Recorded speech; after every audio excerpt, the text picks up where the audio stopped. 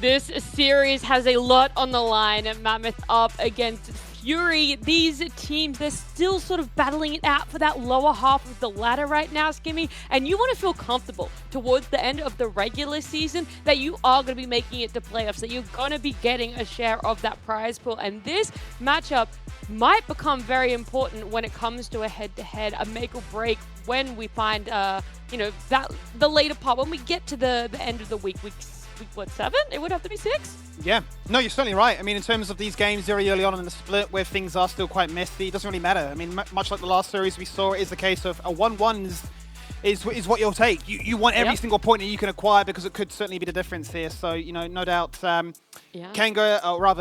will be looking at this one and say, our debut game was up against Bliss. That was fun. We got 2-0'd. We got a little bit humbled. Maybe a fairer opponent this time now. Maybe, just maybe, we can give Fury a taste of our own medicine and say, we deserve some points with you too. And it could happen at any time. That series that you pointed out. In fact, even the previous Fury series, right? It was one that was questionable as if they were going to get the 2-0. So Mammoth, we got a lot of returning players from some previous years in the LCO coming onto this roster. Some familiar faces that we aren't going to see just yet. We saw them in the play. We know Nectar and Goodo. I got debated. You know, I know that they put in their roster late. Okay, I'm willing to excuse that. But the lateness of the player photos, I cannot excuse. Skimmy. What do we say? I think Twitch chat usually said we haven't unlocked the DLC for this team yet. I think that's what we're going to run with, right? So, yeah, the likes of Nectar and Goodo are going to be the ones that have played the LCO before, but they join a bunch of rookies looking to try and showcase just how strong they are. On this replay, this is when they had Halo in the starting roster as a sub-fill-in. They do now have their starting support player in Final, looking to try and showcase just how good they are as a collective, and I think there's potential for them. I think you're looking at Goodo and Nectar to try and utilize their experience. Goodo in particular, I think he's always been a very standout jungler who's played at the top levels and has been international for OS as a result. The rest of his team a little bit more rough and looking to try and showcase why they deserve to be where they are. So it's going to be a tough ask because you look at Fury and for me in particular, Fido, you look at Chirp. This guy was on fire last week. Yeah, Chirp Silas, thing to behold, something he's very, very practiced on, very prolific in solo queue, and definitely did the game when he played on it in one of the games the week before. And the other thing we have to think about when it comes to Fury is Fury played game 1 with a sub on support who doesn't play support. So we could maybe write off that result, that 0-2 against Team Bliss, and just say that they had a fresh start week 2. So Fury are kind of 2-0 coming into this match, looking hot. We gotta use the Max terminology, the autofill support. That's what he likes. That's right. Yes. But I mean, yeah, you've got those two factors for your week 1. Like you're coming up against Blizz as well as a roster that you weren't really prepared for, and you're so right. That week number 2, they finally get that full roster for themselves. My only question is, even though it's like, okay, now we're actually starting with what we expected, it still wasn't clean. You get the 2-0, but you know, it almost felt like a base race in game number 1, and then it was really dependent on Chirp getting that. Well, it was a 3-man Gnarl, right? So two things were really dependent on these were the key moments that flipped. Whereas I feel a lot of rosters that we have faith in of doing well, Skim, they're pretty dominant all the way throughout, or they're able to lead up to a game-turning fight with confidence. No, you're absolutely right. I mean, for me, I think you look at the biggest shake-up was when we had Fury up against Kanga. These were two very much solo queue junglers, Nox and Invictus going up against each other. We're thinking, what is going to change? Then we actually found out the answer to that. Nox was like, you know what, forget all these assassins. I'm just going to play Zen. I'm just going to be a meta slave, and look how well it worked out for them, right? Perfect situation for them. He went like 0-7 in one of those games. Did he care? No, not really, right? You look at Tomasino, he's like, I'll play Cassante. It's a tank. I get to continue to feel like I'm a carry from last season. But then the rest of the team fall into spot. I think the biggest ask you're looking at right now would be the bot lane of Hooper and Findo. Can they gel quickly? Can they find success as a pairing? Because if they're lagging behind, we've seen how strong AD carries can be in this meta. And yeah, generally speaking, the better AD carry wins. So you'll be looking at Hooper and Findo to try and find some success very soon. Well, look, we're not going to talk about Fury right now. We're not even going to talk about the bot lane. Instead, we're going to turn our eyes towards the top lane over on Mammoth. I know Nectar is standing by. We want to bring him in. Nectar, it's so great to see you again, man. How fun is it being back in the LCO? Things are going well. Sorry, yeah, I think maybe. I'm having issues on my end. Sorry. Oh, you can't hear us? That's I all can hear good. you. That's all good. Alright. There it is. Sorry about that. All right. Oh, well, Fixed? we're ready. Fixed? Go again. We're all again. good? Yeah. No, Blank that's- slate. Sorry. I was Yeah, just restart, warming restart. up. No, you're all good, man. Okay, we'll restart. Man, how's it feel being back in the LCO after a couple years break? Man, how does it feel? I think it feels pretty good. Very happy about the second chance I've been given. I think it's still been on my mind ever since the first year that I finished. I wasn't satisfied at all with the first year. I really wanted to, so having the second chance, trying to redeem myself is a pretty big thing for me. Is it redeeming yourself in the sense that you're out here, you want to win? Is it more of a personal growth, something to prove to yourself and maybe some of the other orgs for future chances? Definitely both. I want to improve as a player and definitely get some wins on the board. So yeah. What do you think is going to be a big strength and a potential key to you guys picking up a win today? I think with Goodo, we definitely have a lot more experience. I think he's been playing for the past 2 years. Finals with Order, and then team comms is very helpful. So yeah, definitely Goodo shot calling mid to late game is very helpful for us. He's always knows what to do. So yeah. Oh, I love to hear that. Skim, I feel like you have a bit of a question. Yeah, no, Nectar, obviously great to see you back. Second stint on Mammoth, second stint in the LCO as a whole. Why back to this team in particular, and I suppose why back to competitive now? Well, I guess like other things in life happened. So with university, I started that, and I'm not doing complete full time, so I had time to spare to go back to pro play. The reason why I joined back to Mammoth, definitely really good. I think every time I go there, like the managers and the team environment are very good. Everyone's very open. Like everyone can take criticism, so it's a very good environment for that. Yeah, sweet, awesome. Nice. Hopefully we can see some success for yourself, Nectar, maybe today, maybe in the future of this split. But either way, thank you so much for joining us and good luck today. Awesome. Thank you. So yeah. We got there in the end. We avoided. I believe we avoided any awkwardness. I'm just gonna lay it down. Yeah. We wiped it away. I feel like, yeah, you just go in, you just own what's happening. No awkwardness there. But hey, maybe the interview is a little bit reflective of the Mammoth roster fighter. Maybe a bit of a hiccup at the start, but clean slate coming in. Yeah, I mean, it's hard to say what's going with the Mammoth roster because you do have like experienced Goodo, right? And you have some star power. You have a what is potentially a star 80 carry from China. So the pieces are there, but it's just not gelling right now. Happens sometimes. You just need a little bit of time. Maybe this is the week that they shoot to the moon. Yeah, it could potentially be it. On the other side, though, Fury, they look like they're gelling quite well. What was it that you said before? The bot lane, Skim, is sort of where your question mark is, how easy they're going to gel. When you witness them from the outside, Fido, someone who's been a pro player, how long does that take? And do you see the potential for that bot lane on the side of Fury? I think it just comes down to commitment, right? Bot lane's all about both of you dedicating time. When you play mid jungle, if there's issues there and the mid puts in a lot of time, then you can still find success. If the jungle puts a lot of time, you can find success. But bot lane, if it's just one person who's really trying, and the other person is discouraged by the bad results and not putting in the work and not doing overtime, all the VOD reviews, then there's no progress. So we'll just have to see how hungry the two players are. If they're hungry, if they're willing to work with each other, put aside the differences, and there's going to be progress there. They're going to succeed. I love how you put that. That was phenomenal. Thank you so much. What lane are you going to be focusing on this? Like, which matchup do you think might be the closest and could be the potential make or break between a fight or the game being won or lost? Well, I would actually focus on the draft because I had very big issues with some of the drafting that happened from Mammoth. They went for a Wukong last pick, which is not a meta champion, just a random champ.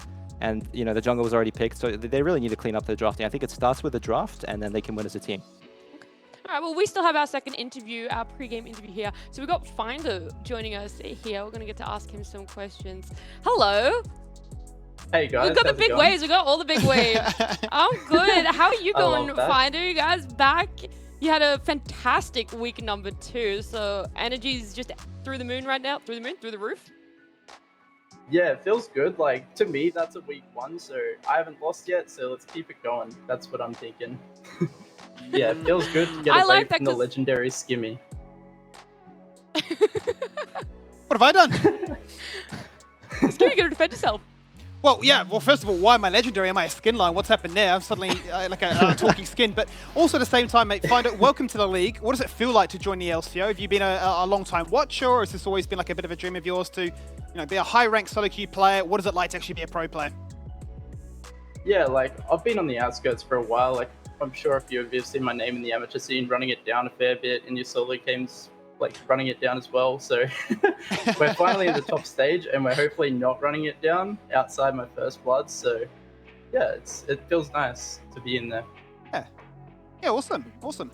I also want to know, not any like details about like the week 1 or anything like that, but how, as you guys have a roster, been together practicing, like was this the roster that Fury was always confident and comfortable in, and that's why everyone else, including viewers, should kind of disregard week 1 a bit more? Well, I came in after week 1, so I guess that should kind of say a little bit there. I played the last stage game with 1 scrim set of LCO, so it was very put together. So I wouldn't be expecting big things now, but come playoffs, that's where we want to be. But then would you also put, I mean, like, I love the honesty so much. Would you then also put this Fury roster in a little bit of we're going to take some time to ramp up? Or you think that you're already going to be starting quite a bit above some of the bottom of the ladder teams? Look, I think before we prove ourselves, we're with the bottom, but the players on my team I'm so happy with. Like, it can definitely be to the top, and I just got to be with them when they get there. All right. And Finder, do you have a quick question that you want from Finder? Yeah, first of all, like, good on you for staying humble. I think when you're a newer player, if you come in with ego, it's very easy to crumble under pressure. So I definitely think you've got the right approach, and yeah, just enjoy your time. I think at the end of the day, the best advice anyone can really give you on stage is you just play it like it's any other game of League of Legends. Just enjoy yourself, and I reckon you guys will find success. Yeah, for sure. Awesome. Sounds good. Also, I have one question. Did Nectar have his chicken? He didn't, man. No, he didn't. okay. I'm so upset. We didn't get around to No. asking, and I was going to ask him, and then I was like, what if I ask about the chicken, and the chicken's maybe died between... Oh, it's true. That'd be awkward. Okay, we don't So go I there. was like, it's not I pre-planned. have a theory for that. Yeah. Okay. So Do you I want to think quickly the share before we have to chicken say goodbye to has you? turned in... Yeah, quickly. I think it's turned into duck. That's where duck came from, because I hadn't not heard of that guy until now. So, like, that's He's onto Oh my something. God. content for you. Discovery. Yeah. He's Find onto Stay woke. there might He's be said a too spot much. for you on the panel as well, mate, if you ever like competitive league isn't for me. But Wow. for now, though, we are gonna have to let you go. We'll see how you go in LCO and today as well. I'm excited to see you prove yourself. Thank you for joining us. Good luck. Thanks for having me on, guys. Good luck. Yeah. Do you know how powerful it would be if Findo and Fido were on the cast Oh together? my Because God. first of all, you would have got a tongue Just twist there. Yeah, You've got a tongue that's- twist of like, you're Fido and Fido. And then it's just like, wait, I've just said the same name twice. And then you say, okay, what's your like partner like duo name? And you just call yourself FF. Oh, that's beautiful. Love that. That's poetry. This could be It's it. pretty powerful. Damn, everyone's coming out with the content Blue side. ideas, the chicken turning into duck here, the FF, but we got to focus on the game and what is to come here because stop laughing, Skip. I'm not laughing. I'm serious. This is a professional broadcast. Blue side. That's all this is about. No one likes the color red. Both teams picking up blue side for themselves when they get that side selection. Twitch chat, this is your chance right now. I actually didn't see what they predicted for game number 2. Do you guys remember in the last series? Because I don't know what their scores are looking like. This is your chance to redeem yourself. Put It's both those Ion. Twitch It was like- chat. Oh. It was 2 It was like Ion, pretty sure. 1783. 17 Kanga, 83 Iron, I think. It was Oh very my steep. gosh, It's you like guys weren't 2080. believers. You might have to be believers now. Put those Twitch chat points in that upper right-hand corner when you're looking at your screen. But for now, we're going to talk about our predictions. Fido and I both going 1-1. This could potentially be it. We got Chuckling Skimdog there going for the 2-0. He had no faith in any draws in the LCO, and he's already been proven wrong. Do you regret Look, this choice? It's called Caster Curse for a reason, and I guess I've just passed on that power and responsibility to Fido because we've always said, yeah, 1-1's, yeah, a bit of a cop-out answer. I've always gone 1-1. Doesn't happen. He rocks up, he's like, I wear the Kanga jersey, I support the Kanga team, 1-1, mate. So I'm just going to go 2-0 because I just believe in Chirp the GOAT. It's true. Trap could show up once again, but what is your reasoning here, Fido, for that 1-1, for believing that Mammoth can come in for a win? I just think that both teams are in the growing stage. They've both swapped support players, right, and coming into this week. So going to see a very scrappy game, very back and forth. And Could go either way, really. That's true. I kind of like it when you describe a game as scrappy because it's just like, we don't know what we're in store for. You said yourself, Fighter, that it's very much going to be dependent on what they're able to draft themselves, what champions they're able to pick. And we don't have to wait much longer because Champ Select is ready.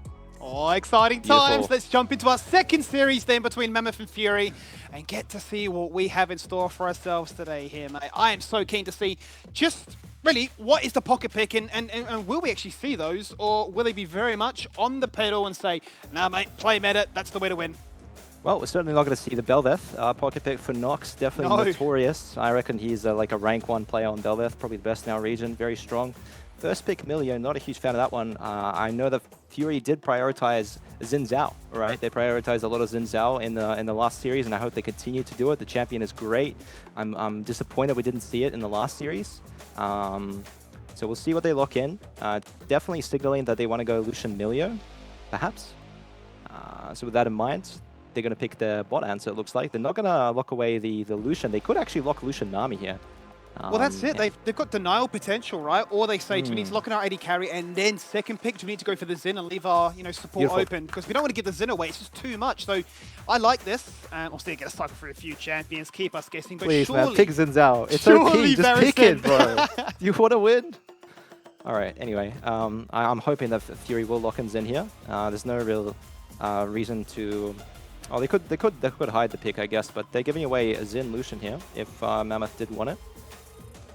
How fascinating. So just valuing the bot lane, it's just too important to give over the Zen. So maybe Nox is cooking up more of these fantastic champions in that same vein. They say it could be Lucian, Fido. It could be. But you know what? Yeah. Aphelios Milio is also really, really strong. Sure. Yeah, definitely a viable pick here. Whatever is more comfortable for Hooper. We know that he's a big Aphelios and Jinx player. That's his roots. Having played with them, those are his most comfortable champions. They lock it away. So definitely comfort in the bot lane. Asta, big fan of Milio there as well. So we'll see what they end up locking in. I mean, they really just need to pick a strong jungle and drop their soul lanes, I reckon. Yeah, certainly at this point, given that everything is up and available, and they decide, you know what, it's going to be a Maokai. That's going to be our source of AP damage. You'd have to imagine if it were to be the trend that we see worldwide, and it's, all on good to be the carry then. Yeah, definitely. And I guess one of the good things is Sylas is less attractive for Fury, even though that is a Chirp champ, because there is the Milio. So if you take Maokai's ult, the Milio actually cleanses the enemy Maokai ult. It gets a little bit trippy, but it's effective. Okay, so we'll probably see a jungle pick or the Udyr. Udyr, definitely a strong champion. You can follow that up with some bans, as well to protect it. Can obviously be flex jungle, although we've never seen it, but most likely a top pick. I'm glad to see this, very good into Maokai. Just kind of eats him alive, sticks on him, doesn't take any damage, and fulfills the same role within the team. And here we were wondering, would it be just the Zoranis show getting to play this champion and counter all the OPs in the top lane, or will somebody else say, you know what, there's a reason it's getting played and winning so well. How about I do it too? Would you... I mean, obviously, it's so early to tell, but are you expecting to see people go crazy and do these invades like Zoranis did? He's just basically winning the jungle and then winning lane too. Well, against Maokai, you could, because Maokai really, he wants to start Q, right? And it's very hard to lock you down on Udyr. If Maokai starts Q, there's really no threat, so you could poke in. You could wreak some havoc, level 1. You definitely have Prio early on Udyr. That's the good thing about the champion. Lots of AoE wave clear. But this is the price they pay for locking in the Udyr. The Xin Zhao ban comes out. They've had the chance to pick it twice, and now it's off the board completely for Fury. It certainly is. The denial from Fury then is, okay, well, let's just look to try and target somebody who's really strong at AD threats, because we know that's exactly what you need. So no Yone and Corki. No Jace okay, yeah, they've banned away the Corki. Interesting. They didn't stick to their guns with 2 jungle bans. They decided to do 1-1. And Trundle pick. Yeah, great champion. Great into Maokai, and really good into Aphelios, because Gale Force, not a thing anymore, right? Before, you'd see 80 carries on Aphelios get that Gale Force, and then Trundle will have a difficult time. But this time around, there's no escape. So this pillar has very high value. The Trundle has very high value. Yeah. And we need an AD mid, expectedly, from eHop with the Maokai pairings. Most of the time, you see an AD mid, something like Akshan, Tristana, Yone, Jace, and they go with a Tristana option. And you'd be hoping for an AP top here. Yeah, you'd be hoping for an AP top. Otherwise, you kind of solo AP Maokai is not the thing anymore. I can't really go the full AP build. It's the tank meta. Yeah, he's just going to go with the Gwen again. Just to be 3 games to Gwen then for Nectar. Just running it back time and time again. And to his credit, in that series against Bliss, he was holding his own. He was doing his best. It's not really much you can really do into a title like Biopanther, but he held his own, and obviously we know what happens when a Gwen gets 2 to 3 items online, and this can rock up to a fight and absolutely crush you. You talk about AP, obviously Fury need a whole bunch of it because they're lacking any of it right now. And they're thinking, well, yeah, maybe you consider the Udyr as a little bit AP, but you know what? We're going to go for the Syndra, we're going to burst you down, and we're going to have so much CC that how does Mammoth ever move? Yeah, big fan of this Fury pick. You know, Syndra is the classic answer to Tristana. I've played a lot of that matchup. It's very non-interactive. Tristana wins the lane by jumping on you, getting the reset, and then jumping on you again. Unfortunately, when you jump, you actually get double interrupted. The Tristana, the Syndra E is a double stun. It stuns you and then it knocks you away, so there's no way to buffer it. Really good matchup in the mid lane for Fury. Yeah, definitely favoring them in the draft. They've got power picks. They've got stylistically good champions against the enemy team like Trundle, against an immobile AD carry and a tank. So I think Fury's coming in with an advantage. So talk to me then, obviously you're saying that Fury have a very strong position in this game based on the draft, but we look at Mammoth and obviously we've seen a very common trend for what feels like forever now, a double AD carry setup. It's not the easiest one to execute though, so do you feel like this is a sort of a comp that only really works with the more well-drilled team, or do you think it's fairly accessible for anybody to pick up and just siege with? Well, I think this game will actually come down to whether Gwen gets ahead, because this is actually a very easy Gwen game if she gets ahead. The Gwen bubble blocks, pretty much all the threat. Syndra hates playing against Gwen. You can't stun her, you can't ult her, like it's just a very hard game. Varusol, same thing. You throw the Varusol, it just goes in thin air. So if Nectar can take reins in this game, if he can get ahead, then it really won't matter what the rest of his champions do. They just sit in the 4, push mid, and Nectar does the work on the side lane. Let's see if the man can actually unleash the potential, and perhaps we get a repeat interview of him and ask him, okay, where is the chicken and why is your mid laner called Duck? We've got some questions and we need answers, because these are the pressing questions that the people want to know. Twitch chat will be no doubt asking it as well, and I'm sure be looking to ask online, where is the chicken? Bring back 2022. Dude, Nectar looks like, there's like Camelot, like knight movies? That's what he looks like. He looks like a knight from Camelot. Like, it's crazy. True, we're just going back in time, throwback. Yeah, no, I can't remember what the actor is, but he looks like him anyway. Big fan there. We'll see what the other game. We'll see how the other game goes. I mean, I'm not familiar with this Udyr Gwen matchup, but I imagine Udyr probably wins early on, right? He's got an easy way to push the wave while trading, so he should be able to secure prio. And Gwen is sort of going to wait for that one full item before she can take control. And I don't think it really deters too much from the Udyr build path anyway, right? Because they're most likely going to go for the K-Nick into Merc trades, into just more and more of this really brutal, like, immolation, whatever you want, armor. Do you want magic resist, whatever you need? You're just maxing Phoenix Flame and kind of just laughing to the bank. Yeah, well, that's the good thing about Udyr, right? Is Gwen does true damage, but you have shields. And shields don't really, you're not building armor or MI, you're just booting health, and that gives you a bigger shield, and then that's not really affected by true damage. So, yeah, I'd say that Fury definitely have the tempo in this game. Let's fit in. Let's load ourselves into Rift for our second series of the night. Another battle near the bottom of the table as teams look to try and assert themselves in a prime position to play towards the playoffs. That's what we're all about. This is another one of those matchups where it really could come down to the head-to-head, determining who makes up those top 6 teams. And right away, we very, very nearly had a little bit of level 1 action. Oh, but that was actually kind of smart what he did, because he actually drew their attention. So if they were standing on both sides of the bush, if they were standing on that left side of that bush, they might have been able to spot Tomasino invading, but actually Nox took their attention away, played with them, never intended on face checking, and gave Tomasino the opportunity to walk into the jungle. Very nice from Fury. It does beg the question then, would anything come off this? Would they both collapse on Gudo, knowing that there's potentially still somebody in that bush? Is it too much of a risk to take?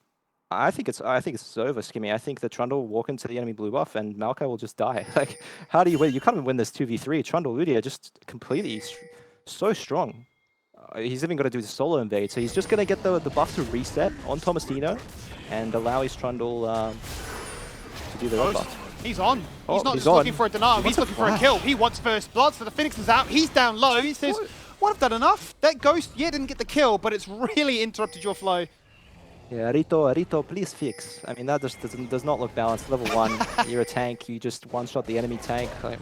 And he's not even going to the top wave because he knows that missing a couple minions won't matter. I mean, it's just disgusting, right? Get this out of our games, please! Is that a first blood? I mean, at this point, you're don't leash the smite! You're just wishing there was a flash to get the kill. He's just toying with... Have we gone back in time to playing like Janna Smite lane top? We just don't. What is Oh going my on? God. Why is that a first blood? That's so smart by Nox, just knowing that the only play for Maokai there, right, is to go to the Raptor camp. And Ehop, he's having a look, but what can you do, mate? It's a Trundle with a red buff. He's You going can to get some chomp you. vision. You're going to literally heal him through your auto attacks, and your bot lane can't help. I mean, this is crazy.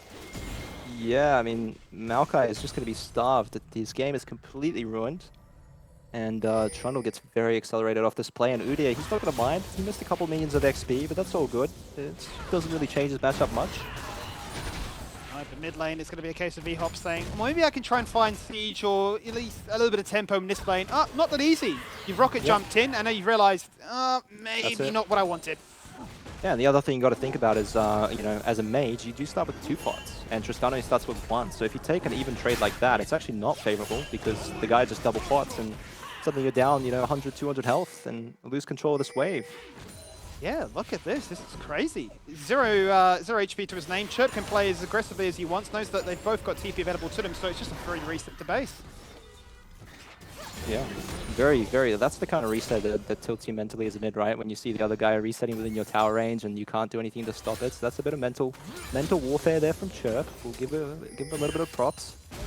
And Nox just continuing to counter jungle, taking everything. Maokai is still level 2. He's very sad in this game.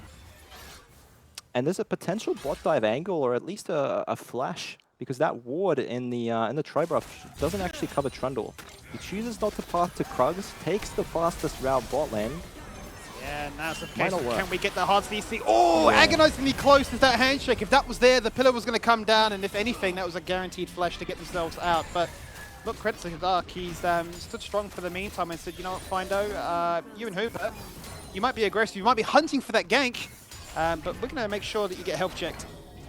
Yeah, and I think we have to just highlight the fact that that ward's being pinged out. You know, the red side ward was the first one placed in that bush, and so Trundle and Nox knew exactly where the enemy ward was. So he could have just walked around and that would have been a flash, but he got a little bit impatient, took the, you know, the shortest route, and just gets a little heal out of the Milio. Still a, you know, still a positive play, but could have been so much more.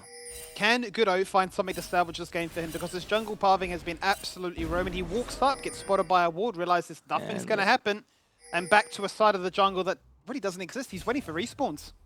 Yeah, it's just so hard to gank top lane now in this season. One ward, and really there's no way to come from behind. It spots you, and the distance between where the ward is placed and where the laner is so long that as long as you're leaning away from River as top, you just walk away on any champion. Really, it's just quite safe. We'll see if they go for Void Grubs. Nox really sticking to this bot side of the map, trying to get these camps on respawn, giving away the grubs for free to a Maokai who is no items and a level 3. It's a bit of a blunder from Nox. He should definitely be contesting this camp and not letting his foot off the gas. It does seem like a difference in opinion as to how they want to try and play out this early game and look to try and lock out Goodo for the most part. It's like, we'll take your jungle, you can get the Void Grab. So I think that's a bit of a strong bailout to the situation, given that Tomasino right now is a bit of a fight, taking on Nectar, and this time he's going to receive a fair bit of pain. Not going to just be able to proc a turtle shield and laugh it off. Yeah, I mean, surprising. Nectar's playing really well in this matchup. Tomasino rushed the Null Magic Mantle, right? And he should be winning this lane. He should be winning the trades, but actually he's down 15 CS. I guess because of the level 1, he gave us Trundle a great game at the cost of his own, a good teammate, but it's really going to be up to Nox to make up for this deficit in the top lane. See it and how they do decide to stabilize, because Nox has been camping mid lane for what feels like a bit of an eternity. Very hard, obviously, to try and shut down a Tristana, especially when they're playing towards the top lane, or top half, rather, of the lane.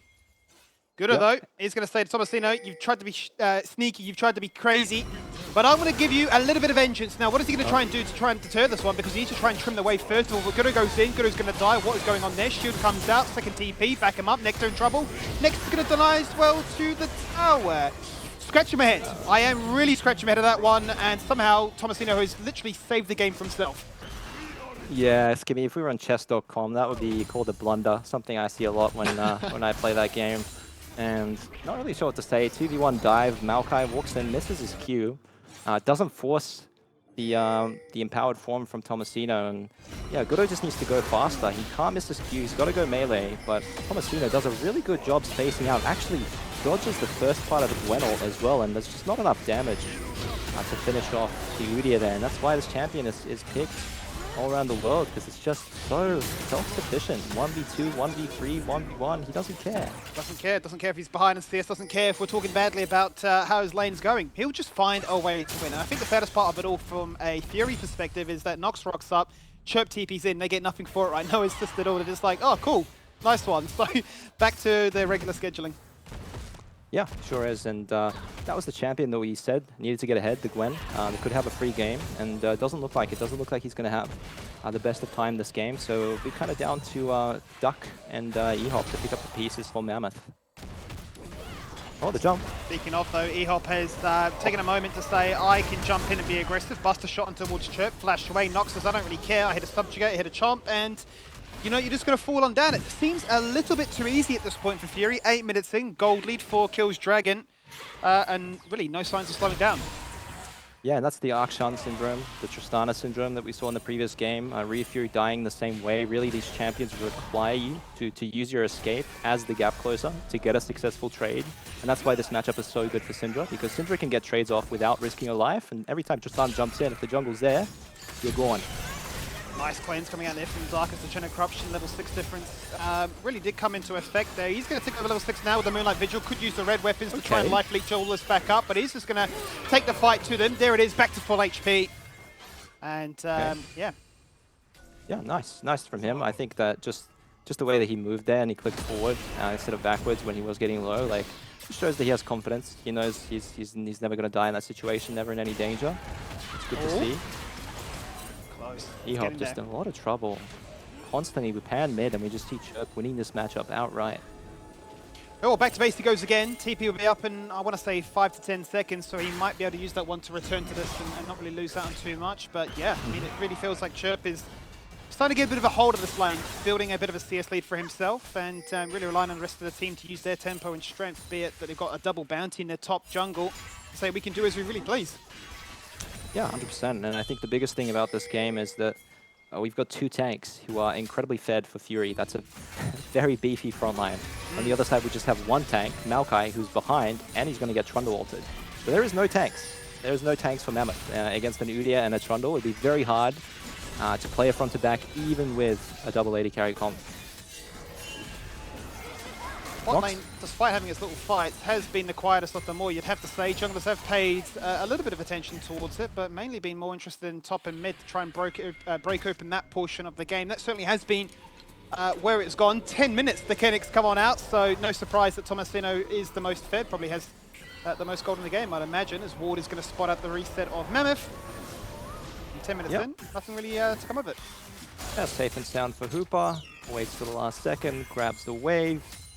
Gets a nice little lead there, and the bot lane probably denies the full cannon, but you saw Mammoth starting to walk towards top lane and then changing their minds, going back to bot. It looks like they're giving the grubs. These grubs were the 1 win condition they had. They could have collected all 6 grubs had they committed their bot lane, but looks like they're saying this Udyr has a full item completed. We don't want to go anywhere near him.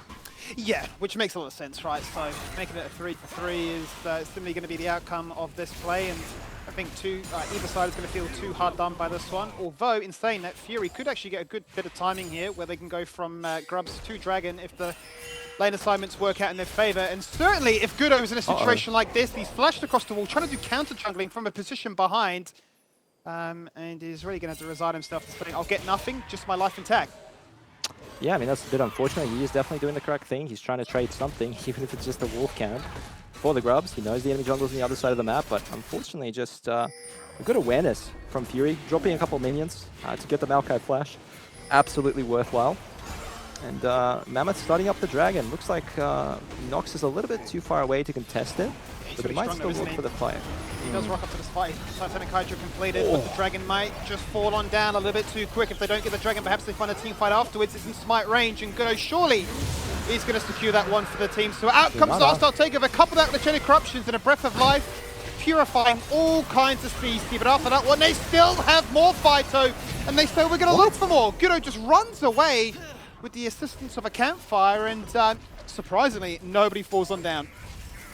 Yeah, I think Fury forgot they were playing against Milio because they just used both of their AoE crowd control abilities at the same time, and they got cleansed by 1 Milio. So that is very good value from Asta, very good Trigger Discipline. You could have instantly cleansed the first CC, but he actually held it and got incredible value out of that skill. And overall, you know, Mammoth grab a dragon, they stop the dragon stacking, and they can delay the game a little bit longer. Yeah, they certainly can, and I think that's really what they're after at this point, because they know that this game has gone out of control quite early, especially from the point you mentioned previously about the double bruisers being the ones that are the most fed in the game right now. It's always so annoying. I mean, I'm sure you've had it time and time again in your solo queue games where like the top laner TP's down bot lane with like a 3-level advantage. You're thinking, why? Just, like, there's no fairness to this. Absolutely, yeah. This UDA is just going to be massive in this game. And for Mammoth, I mean, what do? You just catch waves, say, guys, don't fight. Let's wait for 1-item spikes. I mean, at one point, they're going to be at 1 item, and Fury will be at 1.5, and that's probably the fairest fight they're going to get in this game. Perhaps they have to drop the Rift Herald. It's a little bit too hard to contest at this point, and definitely have to give up a jungle camp here and there. Oh, Subjugate was actually used. It's actually a feigned engage, wasn't it? It was like a case of like, I'm going in, but maybe I'm not. Yeah, he was just sending a message with that one, but that's actually, that could prompt Mammoth into contesting this Rift, knowing that the Trundle is down. However, they have not a single completed item. So it's definitely a risky affair. And Duck 1 getting teleported on. Uh-oh, look how fast Tomasino is with the home guards and the Ghost. You can flash that wall, but Duck is still in trouble because this Udyr is showing no signs of slowing down, even underneath the turret. Finally realizes, okay, guys, it's only 14 minutes in, maybe just relax. Well, we'll see if Syndra has teleport. If she doesn't have teleport, this is a big...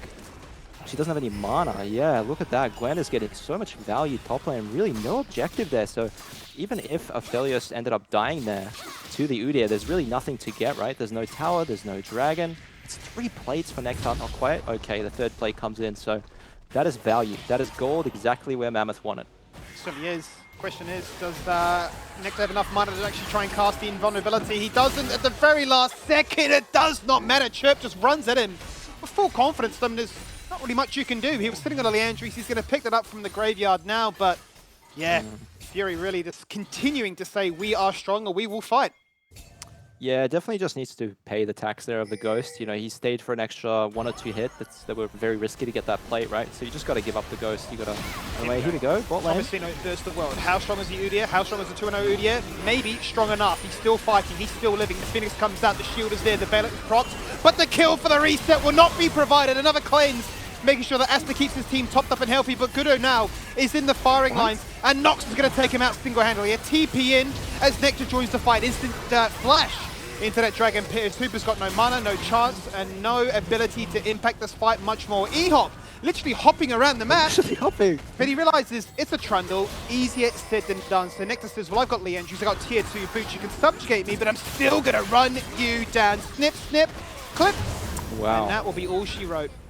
Yeah, I was questioning that Gwen TP. It seemed like the fight might be over before she arrives, but that Ghost that he held on to, maybe that was a tactical int in the top lane, so that he has Ghost for this play and picks up a bunch of kills.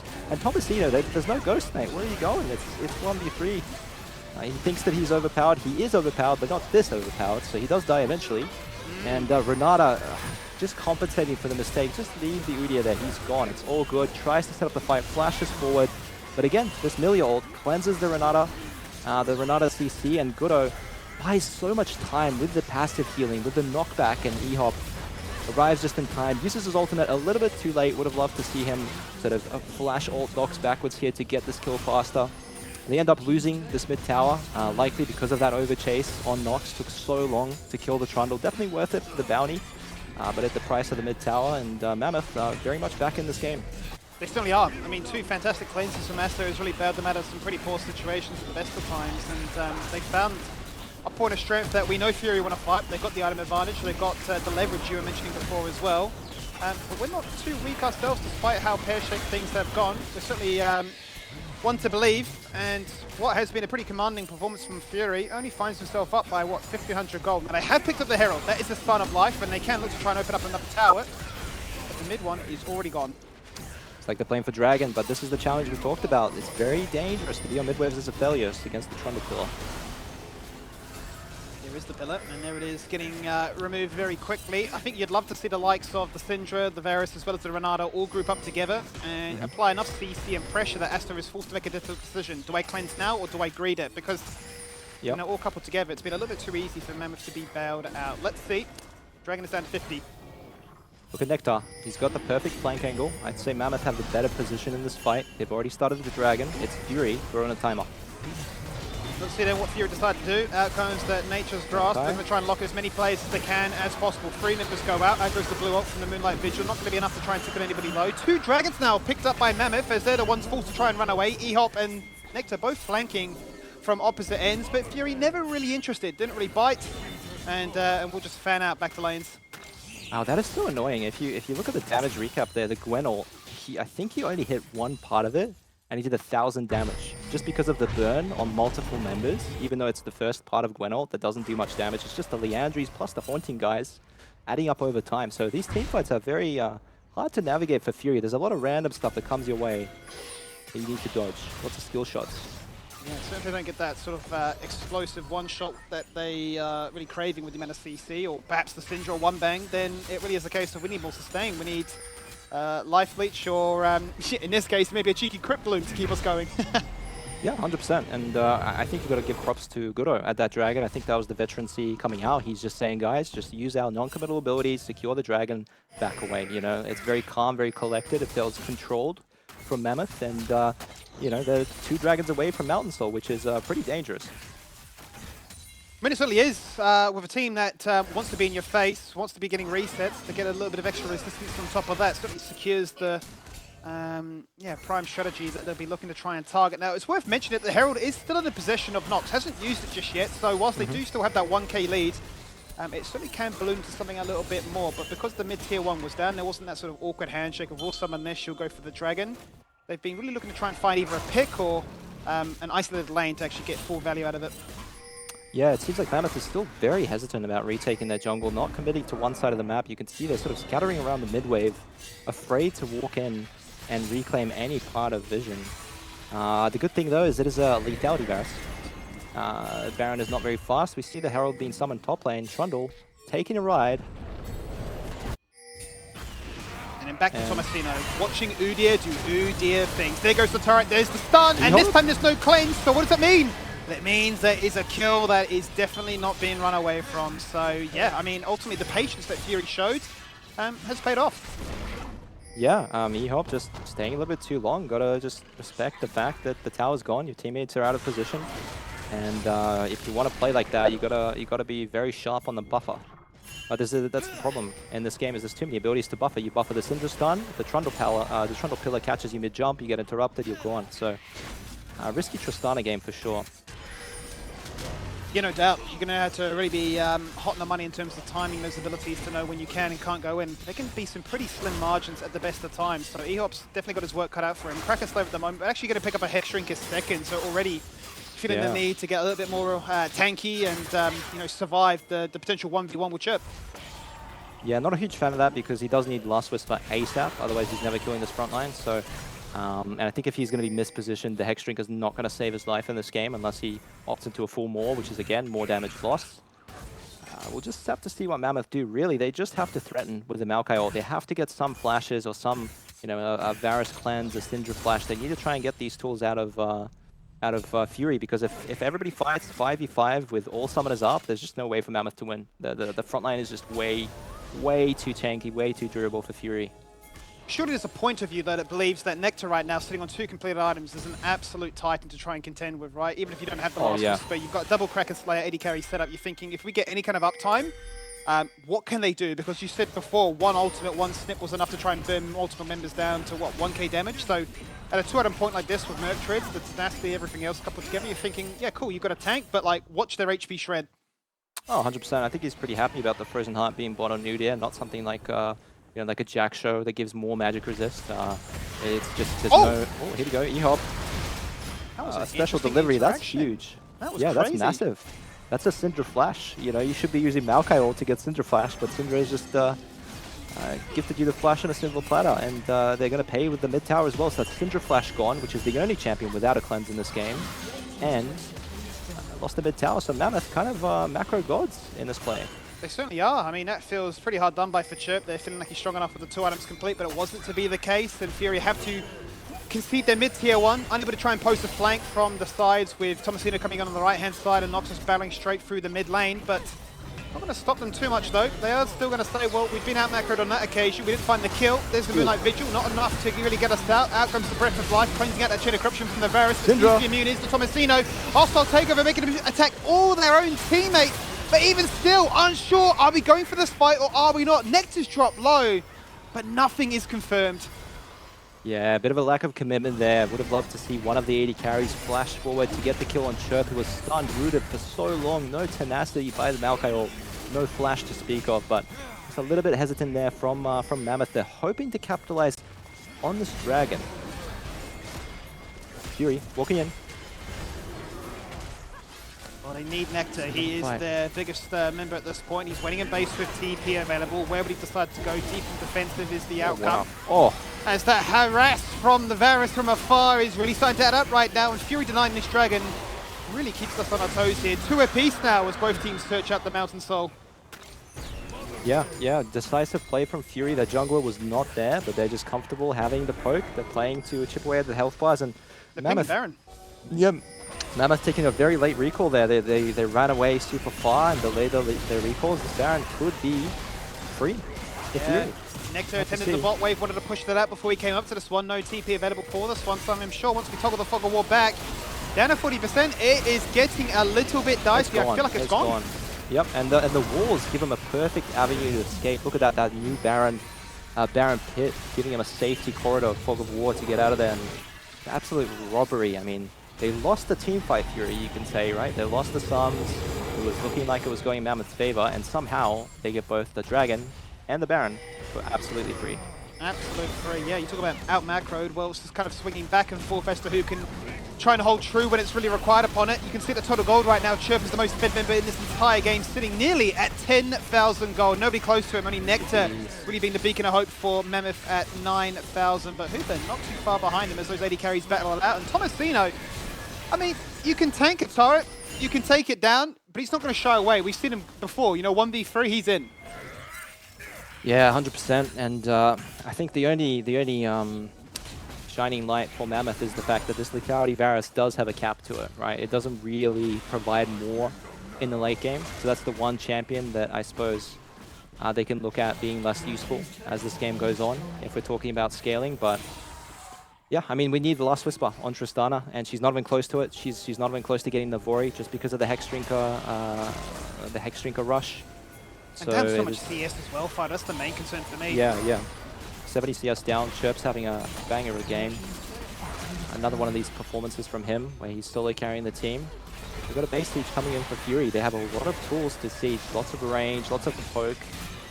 And really, it's just Familiar to heal up Mammoth. It's the AoE CC, right, to try and force them back from that tower and force them to have split decision making as it is that 1-4 setup. Top lane is passively pushing as well, so there's all 3 lanes crumbling in on them for Mammoth right now. They're in a bit of a rock and a hard place as to, okay, what do we do? Do we pull the trigger? Do we let them have this one? They've got Baron. They've still got it for another whole minute. How do we sustain this level of siege?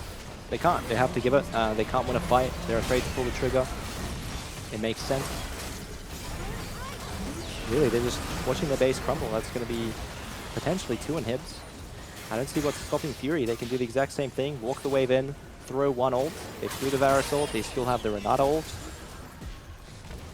Very difficult to get used as well. I mean, they tried to do as much as they could to make sure that they'd either burn a flash or burn a Nilio ult. Nothing along those likes really happened, but they're going to be happy. Of course they're going to be happy. They're taking 1 inhibitor and knocking on the front door of another 2, so they've kept Mammoth exactly where they want them. Yeah, perfect, but they do have only 1 wave of Baron, so this is the last hurrah. If they want to break the base, it's here.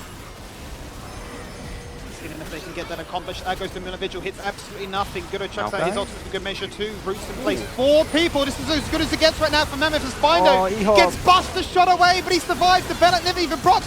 And Nectar's trying to be an absolute weapon. He wants to get it all done on his own. He's taken 1 so far. A little bit split as Fury runs to the sides. He's unable to find much more. Yeah, you see that even though they're down 7,000 gold, Nectar still is an absolute monster. When he gets in there, when they line up for him, there was 3 or 4 people that were getting hit by the Gwen ult. He does so much damage, even through the magic resist, even through the Renata passive, the Renata healing.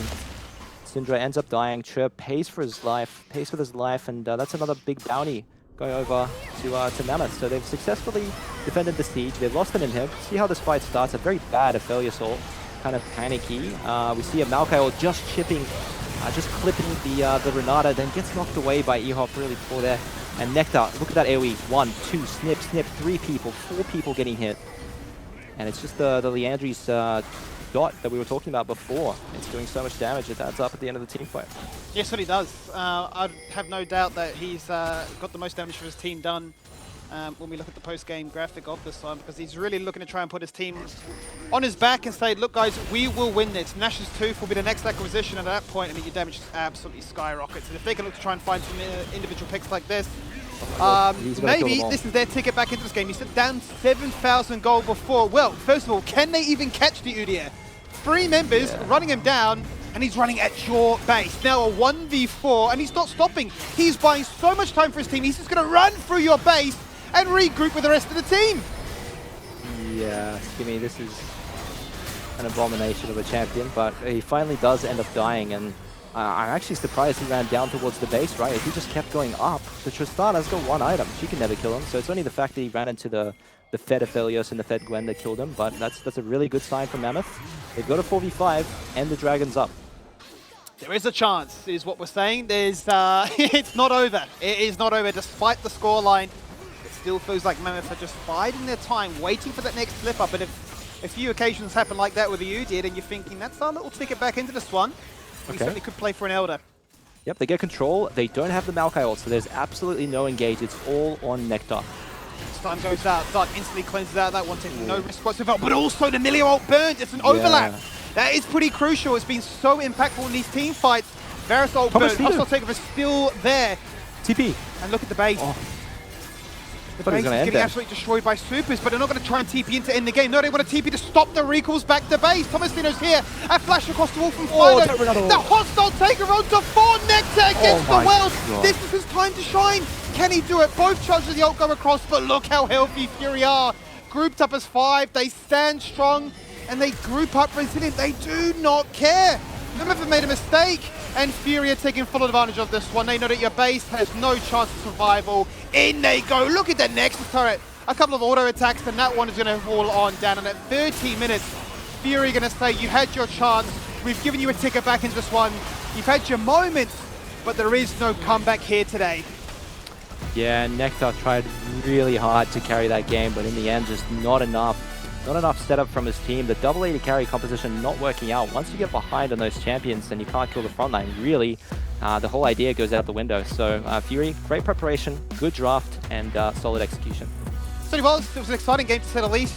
From the very start, where we had a rather creative path from Gooder to try and salvage a game into a late game situation where people are literally getting one shot. Fury take all the spoils here in game number 1. They lead the series, and the conclusion right after this.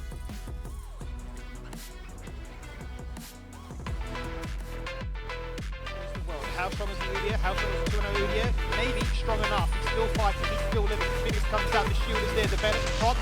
But the kill for the reset will not be provided. Another claim. Make sure that Aston keeps his team topped up and healthy. But Gooder now is in the firing line. And Nox is going to take him out single-handedly. A TP in as Nectar joins the fight. Instant flash into that Dragon. Super's got no mana, no chance, and no ability to impact this fight much more. Ehop